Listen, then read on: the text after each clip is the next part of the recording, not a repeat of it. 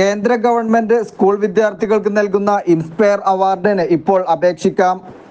ദേശീയ ശാസ്ത്ര സാങ്കേതിക മന്ത്രാലയം നടപ്പിലാക്കുന്ന പദ്ധതിയായ ഇൻസ്പയർ അവാർഡ് അഥവാ മാനക്കിന് ഇപ്പോൾ അപേക്ഷിക്കാം.